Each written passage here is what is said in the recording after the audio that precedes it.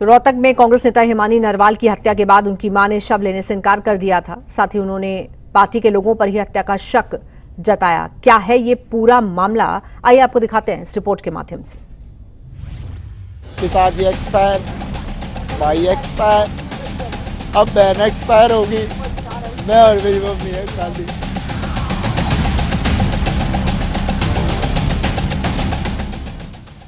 रोहतक का सापला कस्बा,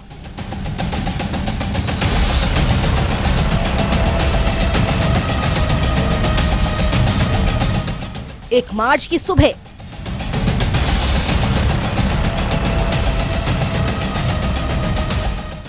bus stand के पास नीले रंग का लवारे सूटकेस। मेरा भाई एक्सपायर, मेरे पिता एक्सपायर, मेरी बहन भी एक्सपायर।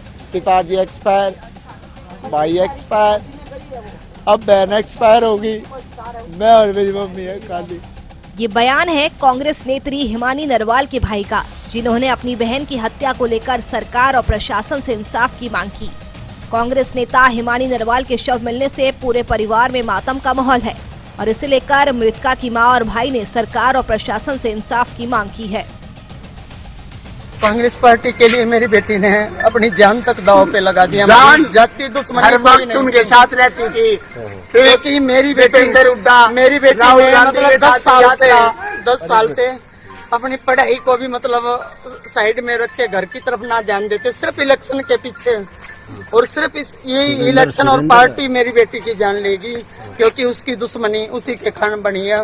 मैं हुड्डा साहब से यही चाहती हूँ कि मेरी बेटी को, ये पार्टी के भी हो सकते हैं, दोस्त भी हो सकते हैं, सिर्फ मेरी बेटी का ये था कि पार्टी के कारण उसकी मतलब अब रंजिश हो रही थी, क्योंकि ये चाहते थे ये इतनी छोटी उम्र में हमारे से आगे कैसे बढ़ गई। सर जी, मैं यही रिक्वेस्ट अपील करती हूँ मैं हुड्डा साहब से, आशा हुड्डा से, उनके बहुत नजदीक थी मेरी बेटी, कि मेरी बेटी को मतलब न्याय नहीं मिलेगा तो मैं अपनी बेटी का संस्कार नहीं करेंगे।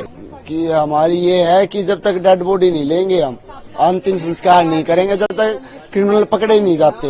हमारी कॉलोनी में इतने सीसीटीवी कैमरे हैं, बच्चे लेके जाई गई है, हमारा ही बैग मिला है वो वहाँ पड़ा। अब क्या बताए, शक का तो कोई भी वो नहीं है, कांग्रेस पार्टी में वो हो सकता है, कोई हो सकता है। तो इस दौरान मृतका के भाई ने कांग्रेस पर भी जमकर निशाना साधा और कहा कि उनकी बहन ने अपना जीवन कांग्रेस को समर्पित कर दिया था, लेकिन आज भी कोई उनकी बहन की मौत पर उनके घर पर देखने नहीं आया।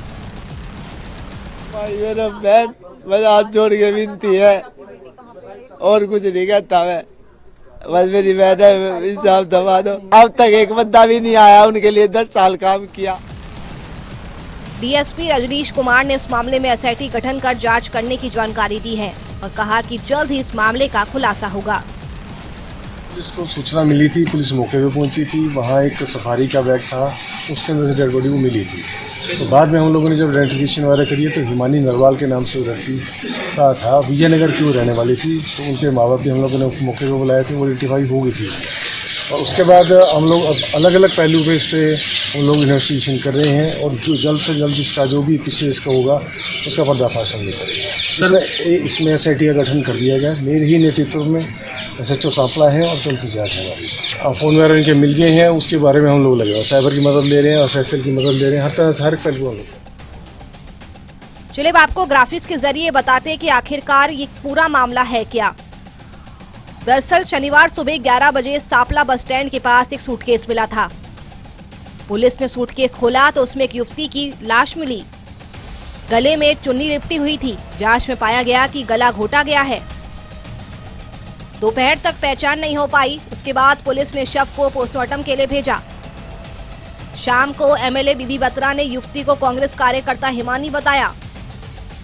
बता दें कि रोहतक की विजयनगर कॉलोनी में मृतका अकेले रहा करती थी, वहां ताला लगा मिला। अब ये भी जान लीजिए कि आखिरकार कौन थी हिमानी नरवाल। वो सोनीपत के कथुरा गांव की रहने वाली कांग्रेस कार्यकर्ता थी। हिमानी युवा कांग्रेस रोहतक ग्रामीण की जिला उपाध्यक्ष भी थी। राहुल गांधी की भारत जोड़ो यात्रा में भी नजर आई थी हिमानी। रोहतक सांसद दीपेंद्र हुड्डा के साथ कई राजनीतिक कार्यक्रमों में शामिल भी रही थी। महाराष्ट्र विधानसभा चुनाव के दौरान वे मुंबई में प्रचार के लिए भी गई थी। अब हिमानी नरवाल कौन थी ये तो आप जान गए होंगे, लेकिन इस पूरे मर्डर केस से जुड़े कुछ अहम सवाल भी सामने आते हैं। हिमानी की हत्या क्यों और आखिरकार किसने की? ये मर्डर केस राजनीतिक साजिश है या फिर निजी दुश्मनी? वकालत की छात्रा का आखिरकार कौन है जानी दुश्मन? किसने हत्या कर शव को सूटकेस में बंद कर फेंका? अब यही सवाल मृतका हिमानी नरवाल के परिजन और उनके समर्थकों के मन में भी उठ रहा है कि आखिरकार हिमानी की मौत का जिम्मेदार कौन है। सूर्य समाचार के लिए रोहतक से दीपक भारद्वाज की रिपोर्ट।